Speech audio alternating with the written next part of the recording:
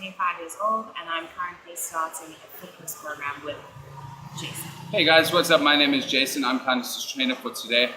Just before we even begin the training process, I just need to explain to you that I have completed a screening procedure with Candice. I've done a risk stratification assessment, and Candice has no contradictions to exercise.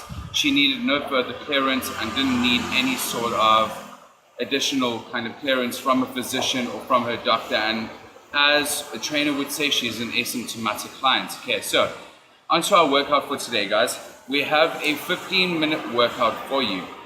Our warm-up is going to consist of 3 minutes of a nice dynamic warm-up, which means we're moving around, we're mobilizing our joints, and we're getting ourselves a little bit more flexible, a little bit more supple before we actually begin the training. We're then going to run through 2 strength training moves in which we're going to focus on a rep range of 8 to 10 repetitions, and then we're going to focus on a nice static warm down because we're going to cool the muscles down and bring you back to a homeostatic rate. Keep watching. Okay, perfect, guys. First exercise of the warm-up, we're going to get into something called a bird dog. This is a mobilization and a nice stabilization move.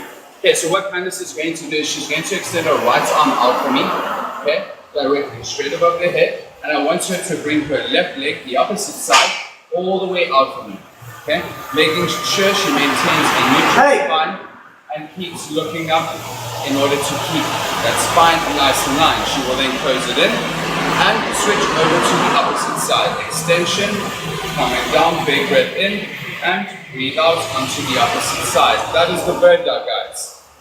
Okay, reverse plank hip raise. So what you're going to do is you're going to lie onto the floor on your back. Okay, I want you to bend your legs in until the knees are down. Okay. Now what Candice is going to do is she's going to keep her core nice and tight, and she's going to breathe out and press her hips up. Okay, pressing her hips up and dropping it down to the floor. Breathe out, stand up, keep the core nice and engaged. Make sure that there's a neutral posture over here and coming down.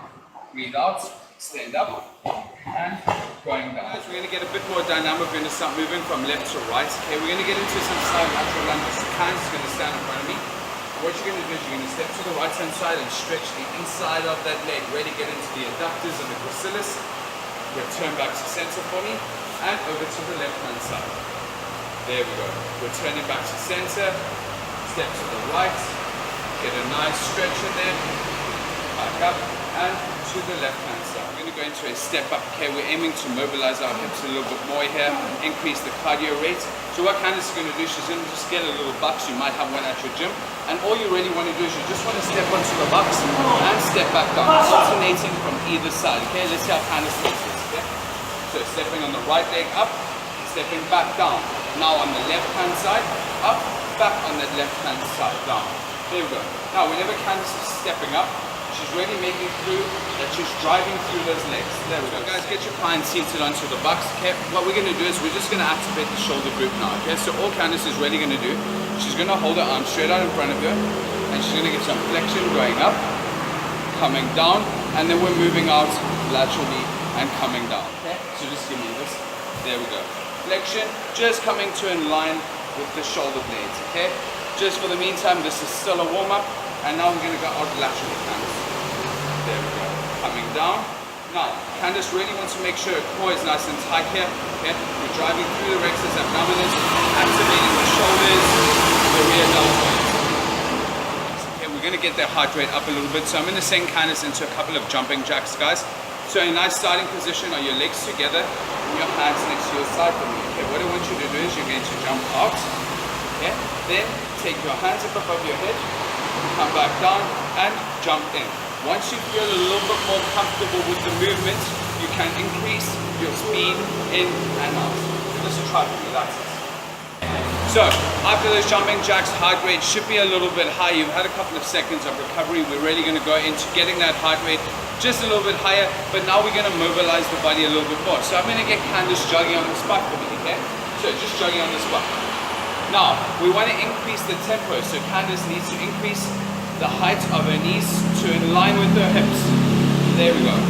Now, we're only moving 2 appendages. We need to get those arms moving. So start striding your arms from your hands. That's it. Get your knees a little bit higher, and let's go a little bit quicker. A little bit quicker. and drive as quick as you just completed the warm-up. Okay, I want you to do the warm-up for about 20 seconds on and give yourself about 10 seconds of rest in between each exercise. The aim of the warm-up is to ensure that you are doing all the exercises correctly. Okay, so make sure that you focus on the form, you focus on doing everything correctly, and the results will come guaranteed. How do you feel after that warm-up? I feel warmed up. I now understand what dynamic stretching is. I'm a little bit out of breath from those We got the heart rate up quite a bit. running on the spot, but I can feel that I'm warm and ready to exercise. To the strength training part of our program. What's going to be required from you here is that you're going to either be required to use a weight plate from your gym. If they don't have a weight plate, you should probably get another gym. Okay. If possible, the most ideal situation is for you to have a kettlebell. Okay. If you don't have a kettlebell, don't worry. This program is still for you.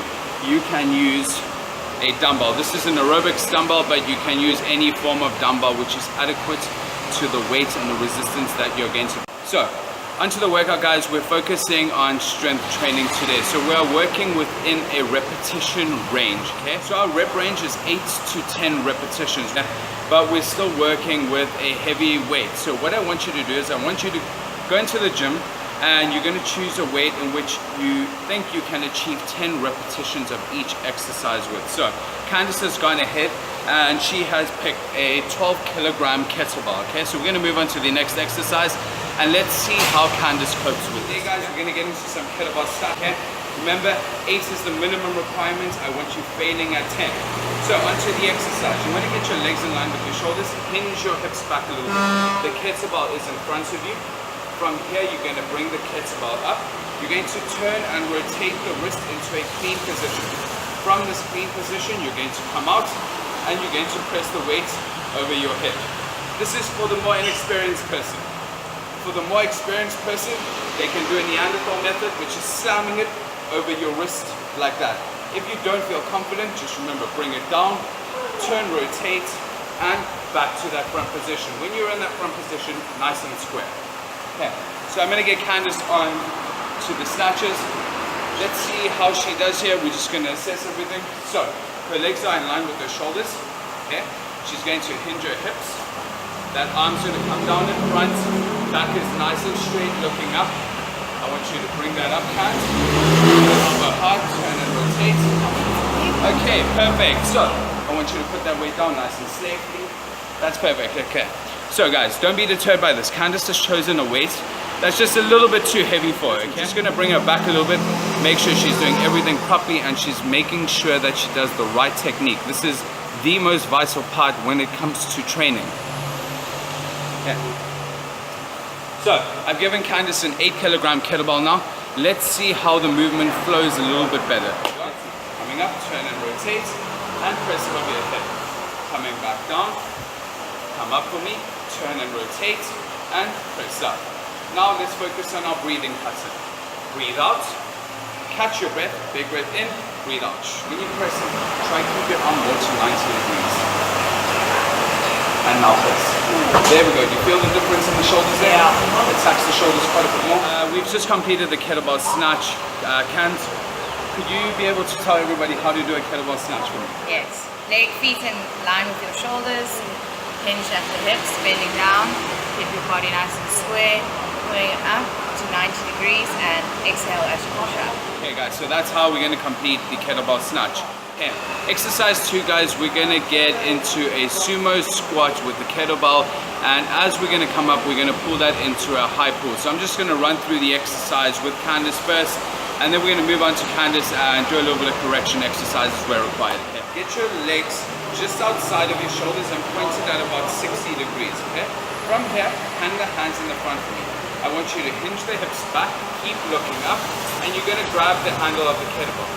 Now what you're going to do is, as you're looking up, you're going to breathe out, pick the kettlebell up, and you're going to pull your arms higher, making sure that the elbows stay higher than the wrists the whole time. Big breath in, and breathe out.